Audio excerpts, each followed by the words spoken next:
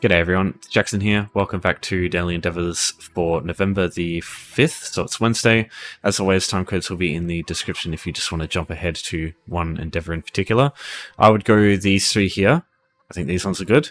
Thieves Trove is okay, and capturing a keep, while it is potentially quick, especially if you can find a keep just as a lot of other people are trying to take it,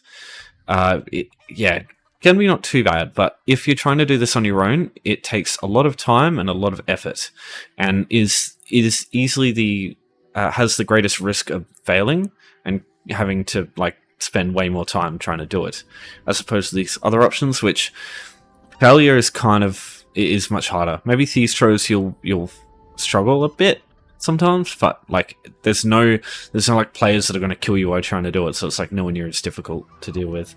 So yeah. I'll start with provisioning. Now, this is going to be exactly the same as in the weekly and in the daily yesterday. It's just the provisioning option is just great. So, yeah, if you've seen yesterday's video or the weekly, it's the same thing. If you haven't done your weekly for crafting with any skill yet, you can do the same thing for this. I've gone through that in the weekly. So, what you want to do is come to Salted Wings Tavern. You don't have to come here, but there's a chef in here, and the location we want to use is in Oridon, in Volkagard, in the docks just next door. So go to any chef in the game, though. They'll give you a couple of recipes. Hold on, I just need to equip my vampire hypnosis skill. Otherwise, I can't talk to these people. So you're looking for these two recipes here, bananas and fries and baked apples. You only really need one, but you want to grab both because they're both really helpful for this. Now, if you don't have enough gold to get these, I do advise looking in the description at the tutorial videos, the Endeavour tutorials. One of them is just a quick, easy, slow but infinite gold source. You can use that to, just in 5 or 10 minutes, get enough gold for these recipes here, and then you never have to worry about them again. Once you've unlocked these recipes, that's it, and they're usable at level 1. You don't need any prior provisioning, leveling, or experience. So yeah, it's just all good stuff. So now what you want to do is go to the pier over here, this square spot here. Now this isn't the only place you can get these provisioning materials. There are plenty of other places, but this one is very easy to reach for everybody, and they're not stolen. So you don't have to worry about a bounty. There's other good places to steal from, but this is just easy to use. So there's 3 locations of interest. You've got the apple basket over here, the apple basket down here, and then the tray over here, which has bananas and apples in it. Let's go over here to this one. Let's grab some of these. Can be a little bit annoying trying to grab the apples out of this because the angle you have to do it in. Right, so now, I suppose you can go first person to make it easier, but the cooking fire is right here. So we go to fruit dishes, we go to bananas, fries, or baked apples, and just craft those. And that's all there is to it. So just do that with 4 items. Now, if you really get unlucky and there's not enough items, because the way containers work in this game, sometimes they spawn, sometimes they don't. So what you want to make sure you do is just, if you have run out of items, just either you can just run away, go over here somewhere, and it'll respawn everything there, because once you leave a certain distance, it resets everything. Or you can leave the zone. There's a couple of really easy ways to do it. If you're Old Merry Dominion, you can go straight to the Harborage over here. You can go to the Outlaws Refuge over here, just go in, come back. That counts as leaving the zone. You can go to the Way Shrine here, leave, come back, go to any other zone, and that will also reset it. You can go to one of your houses. If you've got this one here, which you can get if you take an ordinary character here, there'll be an NPC that just gives you the house for free, which is something you want to do anyway for the one of the other endeavors today. But yeah, that's another thing you can do. But the quickest by far is just to go to Imperial City, queue for that by entering the campaign, wait for it to give you the invite, and then just accept it. You'll get teleported to Imperial City. And once you get there, you just look for a door in a tunnel, and that will take you straight back to where you came in from. So in this case, it's going to take me straight back to Oridon. So here's the tunnel here. Every time you go into here, it's always going to have this tunnel that you can take straight back. As you can see here, we're back, and there's more stuff in here, so you can just keep getting more. And yeah, as I said, the quick fire is right here. So yeah, really easy to use that method there. Okay, next up is killing for people. Now, citizens of Tamriel, it's very specific certain things you need to find, because you can't just kill humanoids. So people with this white outline are the only ones that will count for this endeavor in particular. Which means even if you like go about killing them super quick, you'll just get a bounty regardless. If you just attack anyone like that, you're always going to get a bounty, and it's going to be pretty significant. So yeah, I've just got 300 there. What you can do instead is there's certain skills you can use in this game, or certain skill lines, sorry, that will give the ability to kill people instantly, which will not give you a bounty. Now there's two options here. One is base game, fortunately. One is not. The two options are, one is Vampirism, so this is the base game option. If you become a vampire, you immediately get the ability to feed on people. So it'll come up as a synergy when you go behind people like you saw there, and it just allows you to, it literally, like anyone you can do this on, it'll just instantly kill them. You can't use this on anyone without the white outline around them, so just NPCs. Guards have the white outline, but you can't kill guards anymore, so you can't use feed on them. You used to be able to feed on them before feed didn't kill people, but yeah, now it does, so you can't do that. One more thing, if you can't see this white outline, go to Settings, Gameplay, and just make sure Prevent Attacking Innocents is not set to on, because if you have that set to on, people don't actually have the outline around them. This just prevents you from accidentally killing people, or like hitting them with an attack while you come past, because yeah, it does happen. Alright, the other option is to use Dark Brotherhood. As soon as you unlock this skill line, which happens very early on if you start the Dark Brotherhood skill line in Gold Coast, quest line, you get the Blade of Woe. Once you have this, you can start using the Blade of Woe to kill people. Now, the good thing about this is you can use the Blade of Woe if you don't have the actual Dark Brotherhood DLC installed. As you can see here, I'm using it, but I do have it on here, but I can confirm, I have video evidence that you can use this if you don't actually own the DLC. So if you've managed to do this, the first quest in Dark Brotherhood in Gold Coast while ESO Plus's free trial has been on, or you've had ESO Plus and now you don't, as long as you've got this skill line here, and you've got this passive in particular, which is unlocked straight away as soon as you unlock the skill line, you'll be able to use this and you'll be able to kill them that way, if you're not a vampire. But I still like Vampire because you can feed on people from a distance, as opposed to Blade of Woe, which you have to go really close. So it just allows you to set it up quicker and more efficiently, or more conveniently, I'd say. That being said, sometimes, like very specific circumstances, Vampirism can be more annoying than Blade of Woe, because like if an enemy's if like the wall behind an enemy is too short, then you can't really use it. But yeah, it's not often that becomes an issue. One, the same thing is true with the Thieves Trove option. This actually requires Thieves Guild. It doesn't say. Well, it has a soft requirement of Thieves Guild. By that I mean, sorry, excuse me. With Thieves Guild, it's this passive here that you unlock as soon as you start the Thieves Guild skill line. The easiest way to do this is to actually find a Thieves Trove for the first time. And to do that without the skill line, you need Thieves Guild. If you don't, you can't actually access it. But as soon as you've got this passive here, you no longer need Thieves Guild for this. So it's actually, it is a base game thing, but you need to have, again, just got an ESO Plus free trial and found a Thieves Trove, or had ESO Plus on and yeah, found the Thieves Trove, same thing. So yeah, obviously Volkilgard is pretty good, but I also like using Bergama. There's plenty of people that are just on their own in this place, but every city has, or like this, there's always multiple areas with like civilians. For example, there's Narcissus in Deshan as well as Mournhold. In Stonefalls, you've also got Evanhart, and you've also got Kraganmore, and you'll just, if you go to any of these places, go to ones that are like less traveled to. And you can also use home tours for this, because you can use that to not have to worry about like getting on the way shrines on the way here. You can just travel straight here and avoid it if you haven't unlocked anything. And yeah, it just means the more like rare or like random the place is in the middle of nowhere, and it's like the harder it is to just access straight away, the less people you'll find, the more civilians you'll just be able to kill yourself. Now, the last thing I'll suggest is if you do have Dark Brotherhood and you've unlocked the Black Sacraments, which you have to get basically halfway through the Gold Coast questline to be able to get them.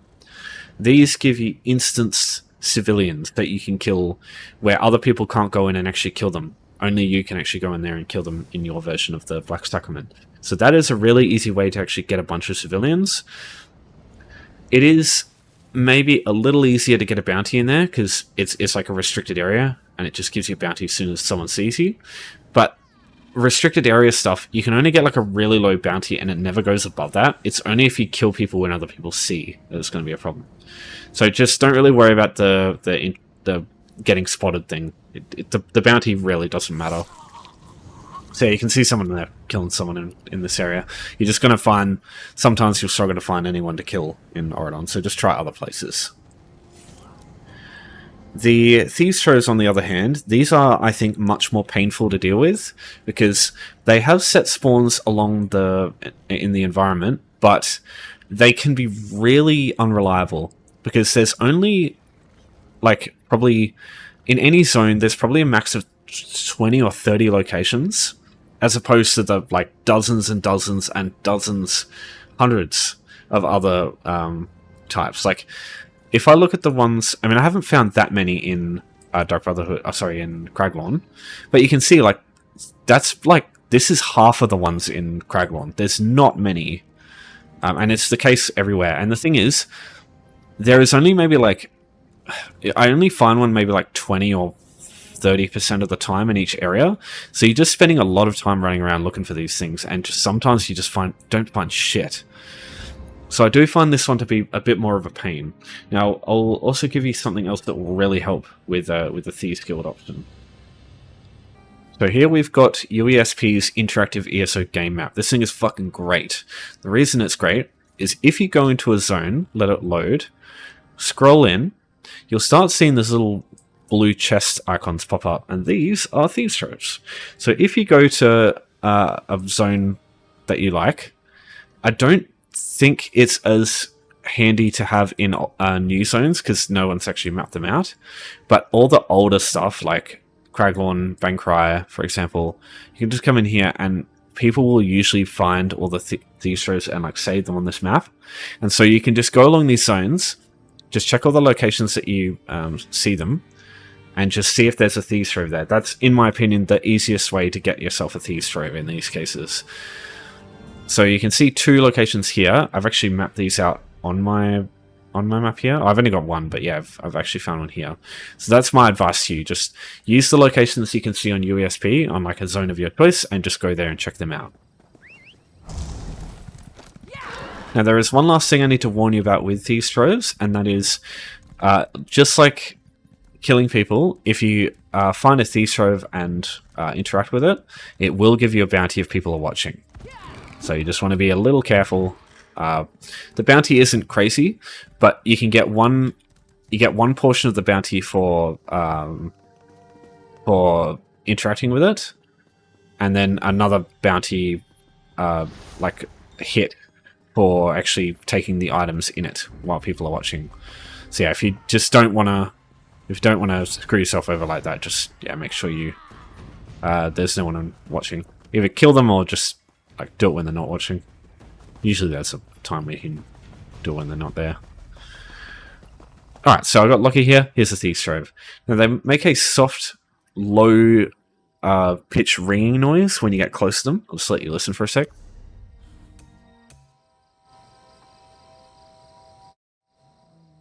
Yeah, so that's the one there. So just listen out for that, and you'll be able to find one of these things. Now, you can't just loot part of the Thieves Trove. You have to take everything for it to count. Unfortunately, you can't just take one part of it and leave it for other people to manage, or like get for their endeavor. You have to take everything. It's just unfortunate, but that's how they work. Does anyone remember what I was talking about with void creatures? These are Drumathra. So these are, lore-wise, they're basically void creatures. Namira is like the person that basically created them using the Dark Behind the World, which is basically the Dark Heart, which is what creates the Void Mothers. So the Dromathra are basically void people, give or take. So I still think they should count as fucking void creatures. God, it shits me off that that's still not the case. And I doubt it ever will. I doubt they'll ever listen to me. But yeah, one day, let's hope. Okay, so next up, we've got Conservatory Furnishings. This one's really easy. You just need basically 100 gold, and then you're set to do this every time for free, really quick, anytime it comes up. So what you need to do is go to this location here. This is what I recommend, right? So Rosy Lion. This wayshrine is unlocked by everybody by default, so you can get here very easily, regardless of basically like any character that you have. And there's two things you want to look at. Firstly is Rosica over here. She's got a Conservatory Finisher, which she's got a lot. There's many here. So the boulders, the logs, the fern plant. As far as I'm aware, the smallest one is like either this shrub here or maybe like this thing, or one of these small berry shrubs, something like that. You can also get some small stones too. That'll work. Now you just want to be a little careful if you buy some of these, because these big boulders, for example, they're fucking huge. And if you just buy one of or if you just get the starter houses for free, maybe these might not fit in there. So you just want to be a bit careful. But you want to buy one of those. That's it. That's all you need, just one. Now, again, you can use the tutorial video in the description, just like the gold source one, and you can get your gold that you need to do this. Now, if you haven't got a house yet, you will get a little bit of gold with this, though, so you don't need to get that much. This lady here, Philande Marie, you can find her here, and you can also, if you've already got a Conservatory Furnishing, you can also get the house from this location over here, Morris Kids Public House, which is literally right next door to this Wayshrine 2 that you've already unlocked as soon as you create a character. So all you do is just talk to her, she'll start up a quest, and all you have to do to complete it is just keep talking to her. So we get a little gold, and then you get this here, which shows you all the houses in the game that you can use, or you can buy, and then you also get a house here if you haven't got them already. As well. So the house that you get depends on the alliance that you complete this quest on, but it doesn't really matter. I do advise doing all three of the quests so you get all three of the houses, because they are quite handy, all three of them, for certain things, but you'll always get one. And if you go to this section here and collected houses in this section here in the map tab, all you have to do is just click on one of these and then left click, travel inside, and it'll let you go to one of these houses here. You can do this outside of Cyrodiil and Imperial City. If you go there, you can't just travel to your house in there. You have to actually leave, which is another reason I don't really like the Cyrodiil Keeps one. Okay, so firstly, if you've already got a Conservatory Furnishing in your house and you want to check, because honestly, if you've got any like house, basically any house with like a courtyard like this, you'll probably have a Conservatory Furnishing in it.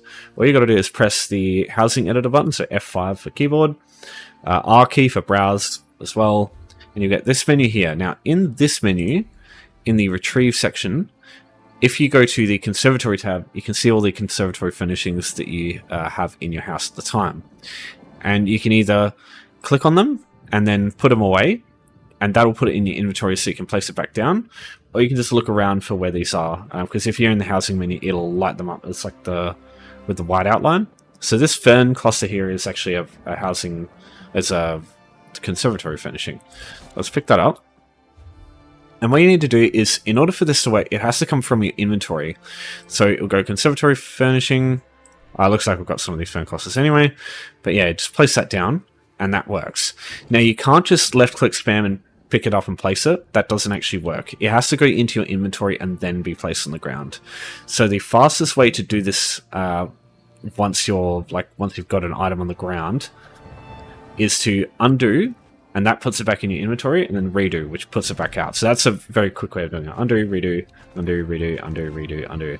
So now, anytime the endeavor comes up, if you just leave it in a corner in one of the houses that you get, you can just pick it up, put it away, and then undo, redo, undo, and that will complete the endeavor, make it really easy in the future. So yeah, that's my advice. Get yourself a decent house once you have played this game enough. Like, if you end up getting through the daily rewards and you end up getting the 100,000, that is enough for a basic house that will be more than enough to complete all these housing endeavors in. You can just leave everything in the side. Cyrodiil Jungle House is a good option here. This is about 100k. There's also Autumn's Gate in Rift, in the Rift, which I quite like too. It's got like a nice courtyard as well. That's about 100k as well. There's another one. I know there's also Snugpod. People like this because it's right in Elden Root, which gives you access to a lot of stuff. I believe there's also Sleek Creek. Let me have a quick look at this. I think that's... Is it Sleek Creek or is it a different one? It's like the Imperial one. That's like really cheap. Because there's Domus... Oh yeah, what am I doing? It's over here. So I know there's Domus Frascus. What's the other one? That's house... Oh yeah, Blackvine Villa. This is the one. So this one's pretty good too. Yeah. So this is Blackvine Villa as well. This is in... Oh, this is literally right next door to Cyrodiil Jungle House. How much is this? Oh yeah, it's only 50 grand. So that's another good one that you can go with.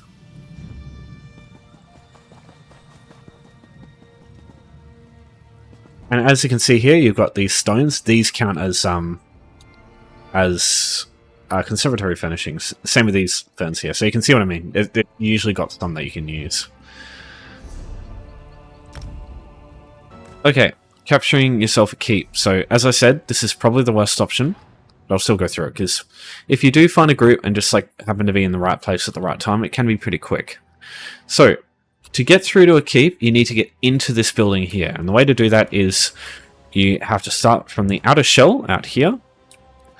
And you have to break your way in, and then you make your way through these one of the doors, either on the side or on the main door, and you have to crack open the yoke and basically take these flags here.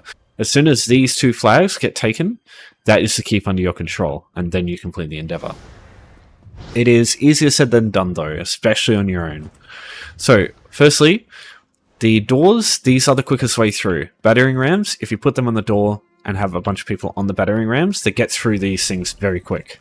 The only problem is these are very easy for the enemy to defend with. They put oils down and basically good luck holding onto a battering ram, unless you're a ball grip, in which case you just ignore everything anyway. So but yeah, for the normal Joe, it's not really going to be something you can just ignore. So yeah, battering ram's really good for the door. But because it's so easy to defend, you want to look at other options if you can't get through that, and that will be the keep walls here. So you can't use battering rams on keep walls, but you can use ballistas and trebuchets and catapults, and you can use those to break the walls as well.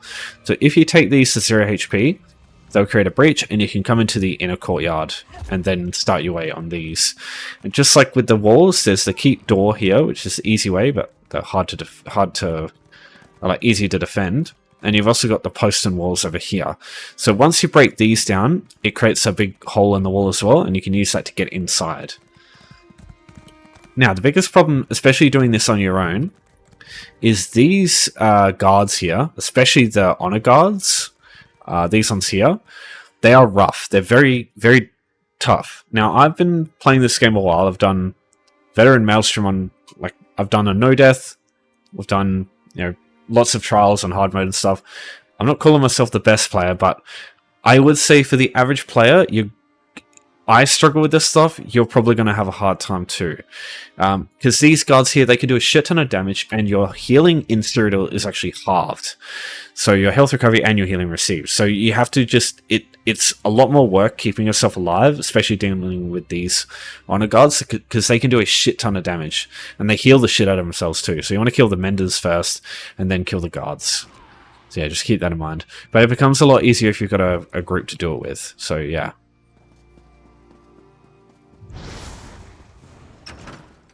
Now, Cyrodiil tends to not be very populated, only really mostly on weekends for PC. I don't know how good consoles is, but yeah, I don't... A lot of the time, you're just not going to find many people doing Cyrodiil, runs.